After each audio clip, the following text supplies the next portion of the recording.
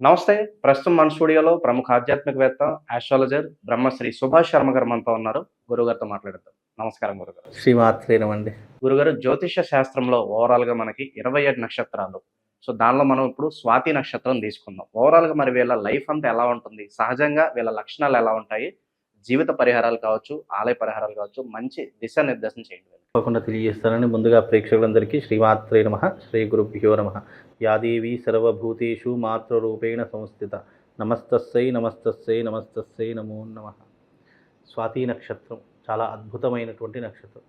స్వాతి నక్షత్రము ప్లస్ చిత్తా నక్షత్రము, ఈ రెండు నక్షత్రాల్లో పుట్టినటువంటి జాతకులకు ఎక్కువగా తులారాశి అవుతూ ఉంటుంది. తులారాశిలో ఎక్కువగా పుట్టినటువంటి వాళ్ళు స్వాతి నక్షత్రము లేదా చిత్తా నక్షత్రం అయినటువంటి జాతకులు ఉంటూ ఉంటారు. ఇక స్వాతి నక్షత్రం కనుక చూసుకున్నట్టయితే, స్వాతి నక్షత్రంలో తులారాశిలో పుట్టినటువంటి వారి యొక్క స్వభావము చాలా అద్భుతంగా ఉంటూ ఉంటుంది. వీళ్ళు పూర్వజన్మ సుకృతం చేత మంచి ఆకర్షణీయమైనటువంటి రూపం కలిగినటువంటి వారుగాను, మంచి కళారంగం వైపు వెళ్ళేటటువంటి సూచనల వైపు కానీ వీళ్ళ యొక్క జీవితం ప్రయాణం జరుగుతూ ఉంటుంది. అలాగే వీళ్ళకు ధర్మ స్వభావము, శౌర్యము, మంచి ఆలోచనలు చాలా ఎక్కువగా ఉంటూ ఉంటాయి. అలాగే వీళ్ళకి ఏంటి అంటే కనుక వీళ్ళు శాంత స్వభావము, స్వతంత్రులుగా జీవించాలని ఎక్కువగా ఆలోచిస్తూ ఉంటారు. అంటే మెంటల్ టెన్షన్స్ ఎక్కువగా పెట్టుకోరు. స్వతంత్రంగా జీవించాలి, మన కాళ్ళ మీద మనం బ్రతకాలి అని ఆలోచన నైపుణ్యం కలిగినటువంటి వారు ఈ స్వాతి నక్షత్ర జాతకులు అని చెప్పుకోవచ్చు. అలాగే స్వాతి నక్షత్రానికి అధిపతి రాహు అవుతూ ఉంటాడు. ఈ రాహు యొక్క స్వభావం ఎలా ఉంటుంది అంటే కనుక ఈ వీళ్ళ యొక్క ప్రవర్తన మల్టిపుల్ పర్సనాలిటీగా ఉంటుంది. అంటే నీతో ఉన్నప్పుడు నీ నీ పనితోనే ఎక్కువగా మాట్లాడతాడు. పక్కవాళ్ళతో ఉన్నారనుకోండి, వాళ్ళని ఎక్కువగా అనుసరిస్తూ ఉంటారు. అంటే ఎవరితో ఎలా ఉండాలి అని సహజ సిద్ధంగా తెలిసినటువంటి వారిలో ఈ యొక్క స్వాతి నక్షత్ర జాతకులు అని చెప్పుకోవచ్చు. ఇప్పుడు నీ దగ్గర ఉన్నారనుకో, నీ మాటనే మాట్లాడదు, అబ్బా నువ్వు ఏం చెప్తే అది కరెక్ట్ అంటూ ఉంటారు. మళ్ళీ వెంటనే మీరు వెళ్ళిపోయారు, మీ ప్లేస్లో ఇంకో వేరే వాళ్ళు వచ్చారనుకోండి, మీదే కరెక్ట్ అండి, అతను ఎంత చెప్పింది తప్పు అని ఇలా రెండు నాలుకలు కలిగినటువంటి విధంగా మాట్లాడేటటువంటి వారిలో ఈ స్వాతి నక్షత్ర జాతకులు ఒకరు అని చెప్పుకోవచ్చు. అలాగే వీళ్ళు ఏ పనినైనా కూడా చాలా చాకచక్యంగా చేస్తూ ఉంటారు. అలాగే వీరికి ఇష్టమైనటువంటి ప్రదేశాలకు వెళ్ళడం అనేది చాలా ఇష్టం. కొండలు, లోయలు, లేదంటే మంచి మంచి ప్రకృతి కలిగినటువంటి ప్రదేశాలకు వెళ్ళడం వీళ్ళకి చాలా ఇష్టమవుతూ ఉంటుంది. అలాగే వీళ్ళు జీవితంలో చాలా కష్టపడేటటువంటి తత్వం కలిగినటువంటి వారే. కానీ వీళ్ళని అర్థం చేసుకోవడం ఎవరి తరం కాదు. చిన్నప్పటి నుండి ఎన్నో కష్టాలు పడుతూ ఉంటారు, ఎన్నో ఇబ్బందులు పడుతూ ఉంటారు. దాని ద్వారా జీవితంలో స్థిరంగా ఉండాలి, మంచి పనులు చేసుకోవాలి, జీవితంలో మంచి పేరును సాధించాలి అని ఆసక్తి స్వభావం కలిగినటువంటి వారిలో ఈ స్వాతి నక్షత్ర జాతకులు ఒకరు అని చెప్పుకోవచ్చు.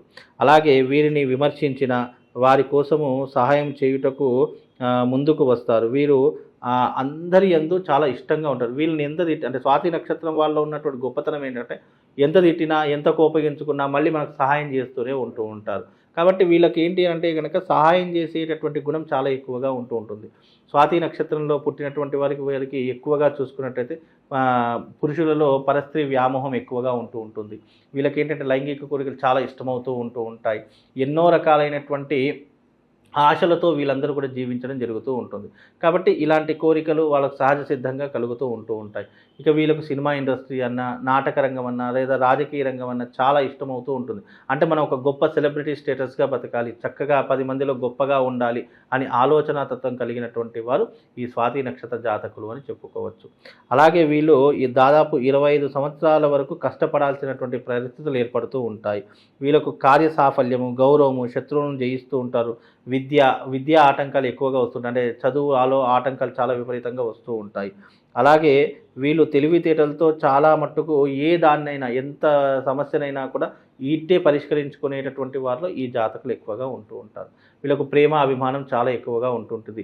ఆల్మోస్ట్ స్వాతి నక్షత్రంలో పుట్టినటువంటి జాతకులు ఎక్కువగా ప్రేమ పెళ్ళిళ్ళు, ఇష్టపడి పెళ్లి చేసుకునేటటువంటి అవకాశాలు ఎక్కువగా వాళ్ళ జీవితంలో కొనసాగుతూ ఉంటాయి.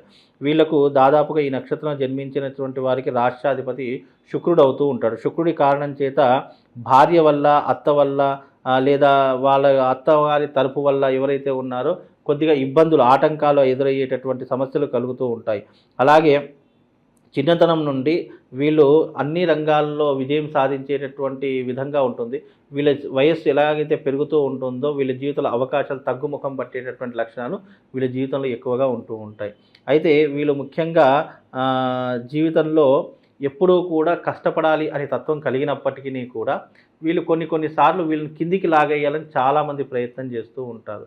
కాబట్టి వీళ్ళకి ఏంటి అంటే గనక ఎవరైనా శత్రువు ఎదురయ్యాడని అనుకోండి, వాడిని ఎలాగైనా సరే మట్టు పెట్టాలి అని ఆలోచించే స్వభావం కలిగినటువంటి వారిలో ఈ స్వాతి నక్షత్ర జాతకులు ఒకరు అని చెప్పుకోవచ్చు. వీళ్ళకు జన్మకాల దశ రాహు మహర్దశగా ఉంటూ ఉంటుంది. రాహు మహర్దశలో పుడతారు కాబట్టి పుట్టుకతో స్కిన్ ఎలర్జీ రావడం, లేదు అని అంటే కనుక మానసికంగా ఏదైనా ఇబ్బందులు జరగడము వీళ్ళ జీవితంలో ఎదురవుతూ ఉంటాయి. లేదా వీళ్ళ మీద ఎక్కువగా బ్లాక్ మ్యాజిక్లు చేయడము, లేదా వీళ్ళ మీద ఎక్కువగా నెగిటివ్ ఇంపాక్ట్ ఉండడము, ఇలాంటివి ఎక్కువగా ఈ యొక్క స్వాతి నక్షత్ర జాతకుల మీద ఎక్కువగా ఉంటూ ఉంటాయి.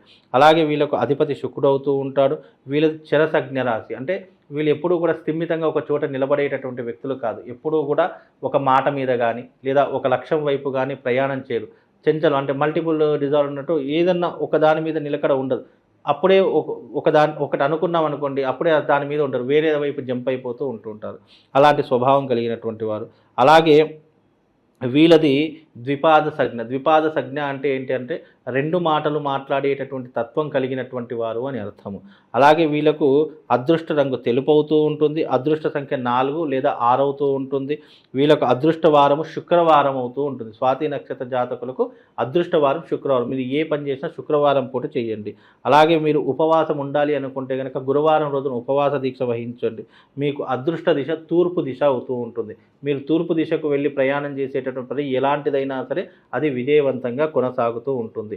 అయితే ఈ రాశిలో పుట్టినటువంటి జాతకులు ఎక్కువగా డబ్బు సంపాదించాలి, జీవితంలో స్థిరపడాలి అనే తత్వం కలిగినటువంటి వారు. వీళ్ళు ఎక్కువగా వ్యసనాలకు బానిస అయ్యేటటువంటి లక్షణాలు ఎక్కువగా ఉంటాయి స్వాతి నక్షత్రంలో పుట్టిన జాతకులు.